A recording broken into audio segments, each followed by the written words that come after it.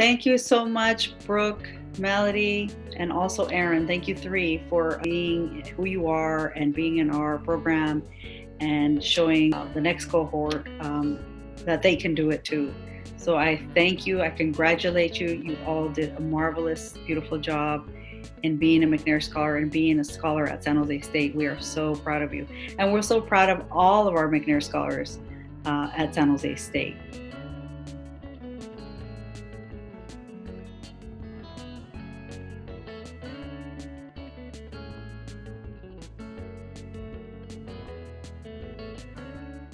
My name is Aaron Booker.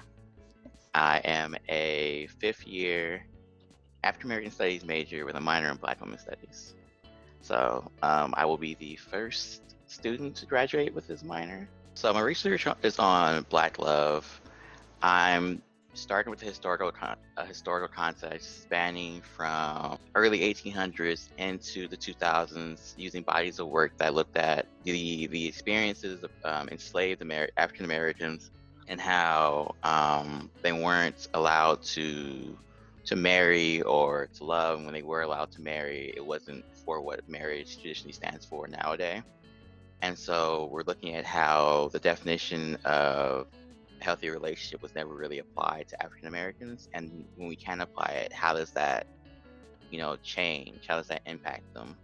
And so the goal of the research, working with my mentors, Dr. Gaines, Dr. Wendy Thompson-Taiwo, Dr. Carter Francique, and Dr. Berry, the goal is to figure out how to take my research and turn it into an educational module so that we can teach people about love and use love as a means of resistance. I heard from Frank. I was in this class fall 2018. I was in the presentation on something, and I had mentioned I want to go to grad school. And he walked up to me after class and was like, "Do you really want to go to grad school?" And I was like, "Yeah." And he's like, "Well, you should look into the McNair program." I was like, "What's that?" And he's like, "It's this program that helps you get into grad school." And I was like, "Okay, that's cool." He's like, "Well, if you're really interested in it, I'll bring you a application next class." And so I didn't think anything of it. And he came back and he handed me his application. And I was like, "Oh, this due date is like past." And he was like, "Apply anyway. Sure, you're supposed to apply the things by the due date, Frank." Martha and Maria, they were like, "Yeah, you should apply it anyway. We would have looked at your application." I'm like, due dates though, like those things are there for a reason. And then when I didn't apply last year, I decided to apply this year. And then initially I wasn't accepted into the program for this year's cohort. I was accepted for the fall, this coming falls. And I'm graduating, so I couldn't do this coming falls. So I had a meeting with Maria. And so I sat down with Dr. Cruz and I showed her all the work that I've been doing. And she was like, "I've never done anything like this before, but go ahead and join this cohort." And I was like, "Word?" And she was like, "Yeah, go ahead and, join. And we look forward to having you in our class." And I was like, wow. It was the first time somebody's actually acknowledged outside of my college on this university's campus the work that I've done and the work that I'm capable of doing. It was like, somebody looked at it and was like, "This is great stuff. You're actually putting in the time and the commitment. You're working really hard, and I want to reward you for it." Research materials and conference funding. Nobody ever tells you that doing research is really expensive. Like, I really wish somebody had told me that before I started doing all of this. But Dr. Cruz and Martha and Lynette and Taylor have found ways to acquire me the books that I need. And then recently he sent me to the National Conference for Black Studies, and that was a beautiful experience. So they found ways to support me and my work. Thankfully, they were able to step up and help me, and I am truly grateful for it because that makes a difference. Okay, so I've applied to 10 schools so far. Yeah, I got denied from 6 places. I'm still waiting to hear back from the University of Central Florida, the University of Chicago, and still waiting to hear back from Brown University. I'm applying to Brown through their integrated studies programs. I have their dean of their master's programs working with me. I was really close to my professor, Dr. Milner, because in his class, he had noticed that some days I'd be all the way there, and other days I'd be kind of like mentally spaced out somewhere else. So he would sit and talk, and he would like give me advice and things like that. And then my second year here, I ended up becoming friends with the department chair for my department, and that's how I really got involved with the community. She believed in service learning, and so she said the greatest service that we owe is to ourselves and the community. And so in learning things in the classroom, I want to take those things out into the community. And that's kind of how I got involved with Black Men's Collective, the Black Student Success Center, Mosaic, and so forth. I went to Leadership Today, the 2019 cohort, and that's where I met Chris Yang. And from there, Chris Yang is actually really monumental to me doing a lot of the things that I've done. So I want to take this opportunity to thank my family, my mother, my father, my stepfather, my grandmother, and all of those who supported me on my journey thus far. I want to thank the entire Department of African American Studies, including prior professor and chair, Dr. Theodore Regina Berry, Dr. Winnie Thompson-Tywell, Dr. Leah Gaines, Dr. Keeler Carter Francis, and Dr. Frank Ortega. I want to take this time to thank all my friends, all of them who supported me not only through my development as a researcher, but entertaining my crazy ideas and my random questions that may not have been relevant to the topic of that day, but the insight they provided me helped me get to this point. Special thank you to Asia Adams, whom has kept me grounded since the day I met her. Marcel Leaf for consistently making sure that I was okay and being the bridge that connected me to a lot of opportunities I had. Chris Yang from Mosaic for supporting me in all my endeavors. I really mean all my endeavors, because Chris Yang has been like the reason a lot of the programs I put on and a lot of the things I tried to do actually transpired the way they have. Armani Donahue for inspiring my programs in the quirky way that she does. Jamal Williams for putting me in positions of leadership to reach various audiences. Jenny from Gender Equity. I wouldn't pursue a lot of my endeavors in the way that I do without her counsel and her guidance. I'm not omitting names because I forgot. I just don't know how to thank everybody without this going over too long. So to keep it short and simple, I just want to thank everybody, including Dr. Cruz, for allowing me to come into her office and show her my work and admit me into this program the way she did. And without that shot, I wouldn't be here. So thank you.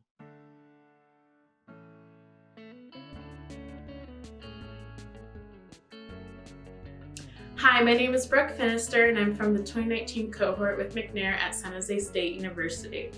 I'm originally from Stockton, California, and I came out here to the Bay to learn from all these museums, as I'm an art history major with a minor in journalism.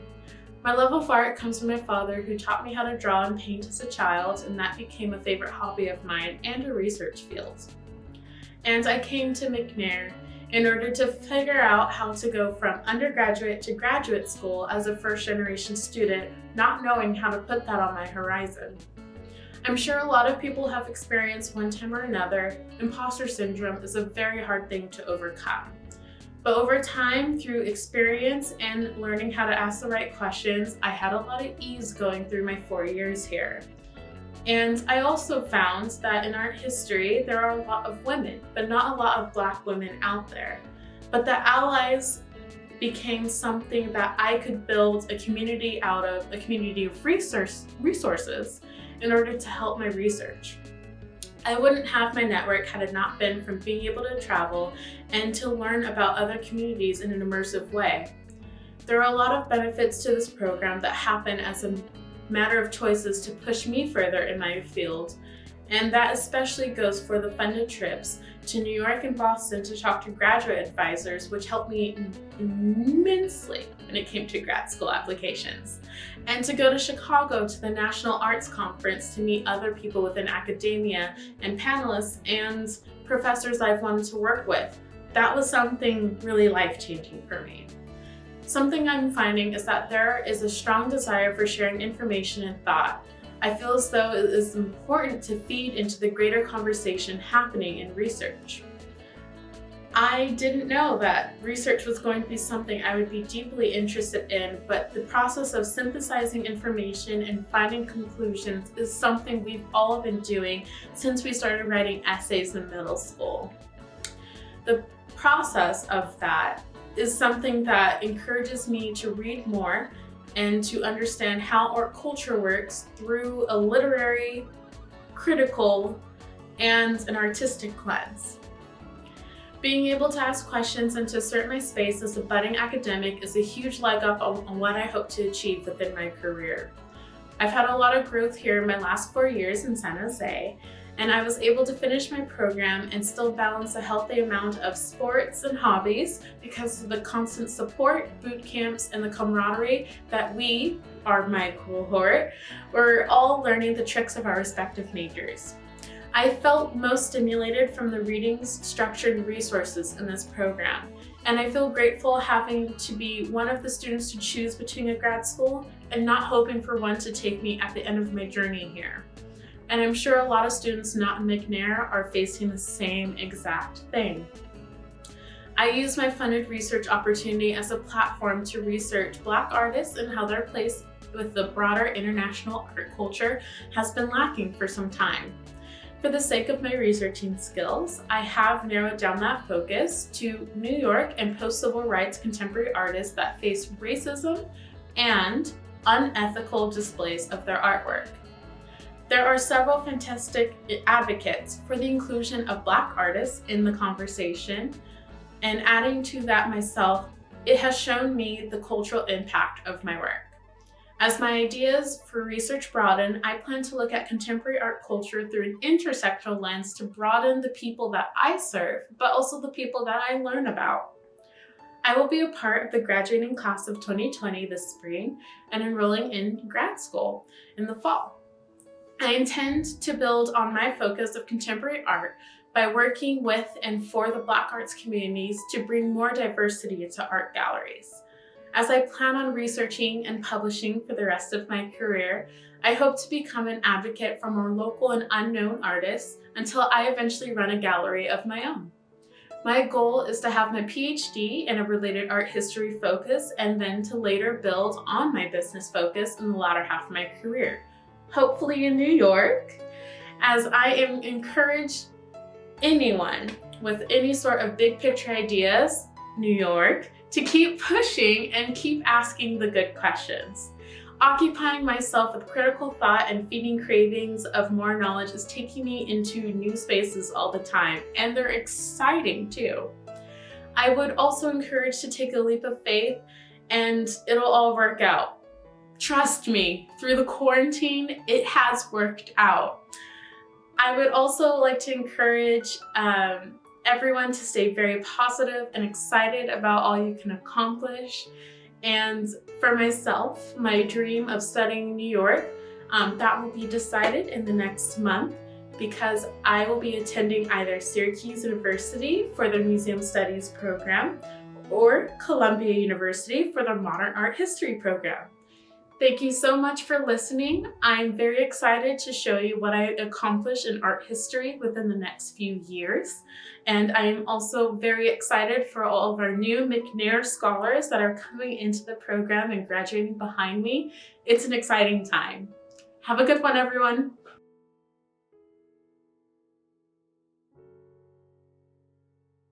Hi, my name is Melanie Monde. I am completing my bachelor's in child and adolescent development teacher preparation with a minor in early childhood special education.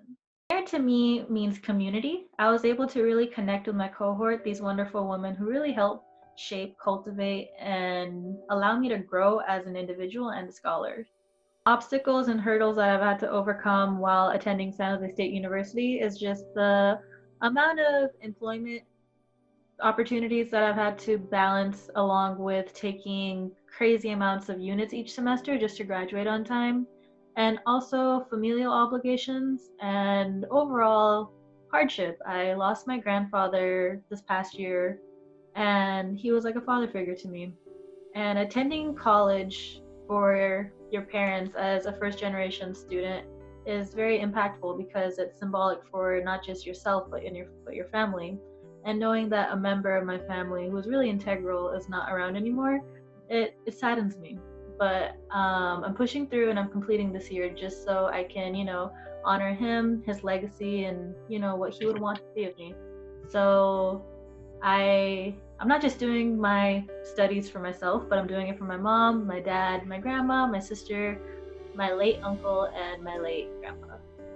Working alongside Dr. Sylvia Branca, I'm researching understanding teacher-child interactions in the preschool setting.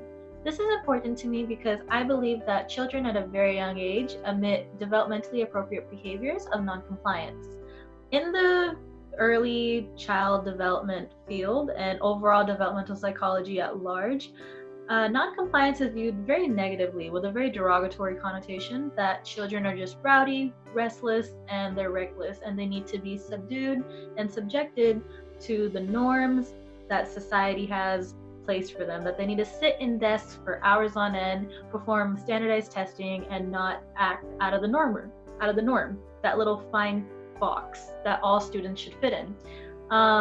Granted that I come from, the College of Education, I've studied child development immensely, and per taking a course with Dr. Branca, I learned more that child development also encompasses negative behaviors that are so-called labeled negative behaviors. In reality, child noncompliance is a developmentally appropriate behavior, and oftentimes these kids get mislabeled as ADHD because they don't fit into the expectations that the teachers have set forth for them. So the objective of my study was to understand how teachers' language can influence child behaviors. Does it promote instances of compliance or instances of noncompliance? That this research is important to me, and I think that children should be given the space to be children. I think our world is so in a rush to just speed up the process where kids are being forced into carrying textbooks or taking really intense tests at very young ages, starting at preschool even. And I think that if we take a Piagetian approach, that children should be able to play. They're little scientists. They should be able to use their kinesthetic abilities to just explore what's around them. The world is, the limit. And I don't think that higher standards and federal regulations should be taking this away from them, because this is the optimal time for social emotional learning to occur. So per visiting my previous employment, I met Deanna, and she runs Peer Connections. And per talking to her, I told her about my research interest and how I was working with a faculty mentor, and she recommended McNair Scholars to me. She told me it was in line with the work that I'm already doing, and they could help me take my research to the next level. And through her guidance, through the application process, I was able to apply to McNair and get in, and then overall just to get accustomed to the way things work. This has benefited me as a student by providing me printing resources. I think the amount of articles I printed for my literature review are beyond countable at this point. And thanks to the free printing services in the computer lab, I was able to have a really successful outcome for all the studies or homework assignments at that I've run. McNair also provides writing tutors and mentors that really help you just along the way, whether it's personal, academic, career-oriented. Like Taylor is amazing. Huge shout out and heartfelt thank you to her. The amount of scholarships, graduation applications, research manuscripts, she has edited all of them.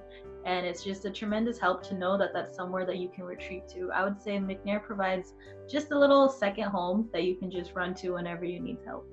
In addition to the in-office services, McNair was also able to fund me on a couple of out-of-state trips and conferences, both locally and out-of-state, as I mentioned, that really helped me cultivate just my professional development and my networking and just learning more about the world around me. With McNair, I was able to visit LA, Boston, and New Mexico.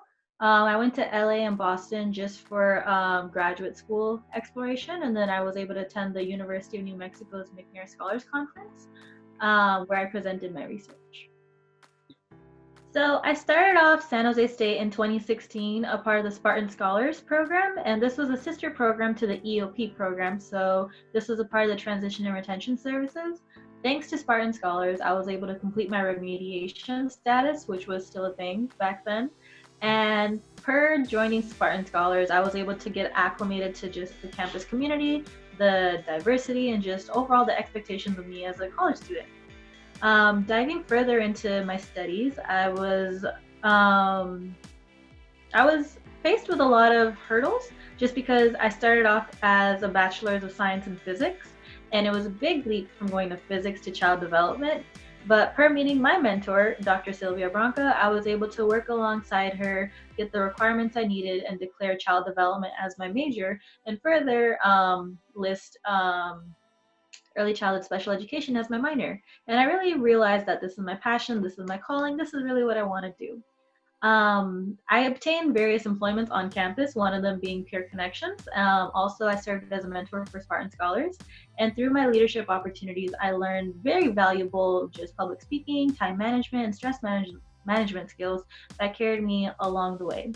And all the supervisors, mentors, and wonderful people that I met at Peer Connections and Spartan Scholars really helped me shape just my persona, my student appeal, and my study skills that ultimately led me to McNair.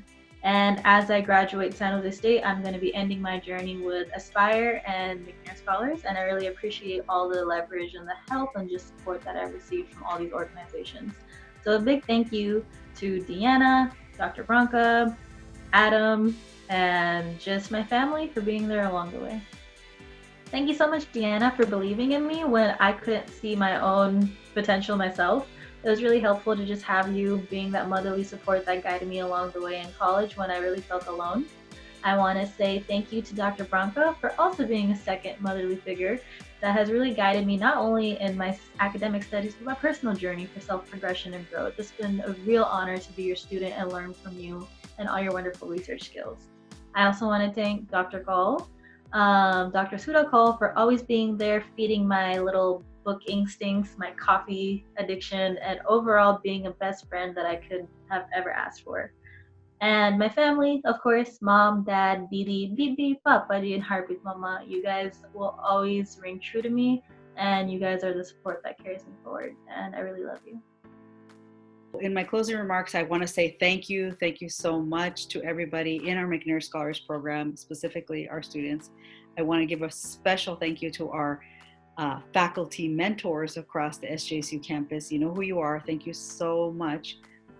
We cannot do it without you. We cannot help our students get into that next level without your support and your help. So I thank you so much. Thank you, faculty members, for all your energy and everything you put into our students. The next round of people that I would really like to thank are our team members. Without our team members, we cannot do what we do. So I'd like to thank Marta Toral, who is our analyst, McNair analyst, and helps us with the numbers and helps our students make sure that they're getting their funds and making sure that they're on track. I'd like to also thank Taylor Don Francis, who is our coordinator, one of our McNair Scholars coordinator, and our writing specialist, who really does do a lot of the work in helping us create the McNair Scholars Journal every year, and also helping our students making sure they have a proper personal statement and statement of purpose. So when they apply to graduate school, they are on point and making sure that their research is on point as well. The third person I want to thank is Lynette Martinez, who's also our McNair Scholars coordinator, who helps us with logistics and also helping us in the class with our McNair Scholars and making sure that they're on track to graduate and making sure that they're on track to go on to graduate school. The fourth person I want to thank is behind the scenes, and it's Gilberto Zavala, who is doing all the editing and all the videos and putting everything together. I want to thank you so much. And I also want to thank the parents, gracias a los papás y los mamás y a sus familias. Thank you to the families, parents, moms and dads who support you. Gracias a ustedes. I wish you the best in your future endeavors, and we are here if you ever need anything. We hope to have you back as a professor in our McNair Scholars Bootcamp in the future. Again, congratulations. Please celebrate this moment. It is one to celebrate. You are going on to the next level of your academic journey, but also life journey and experience. Again, felicidades. Thank you. Congratulations to you all, and have a blessed summer. Thank you.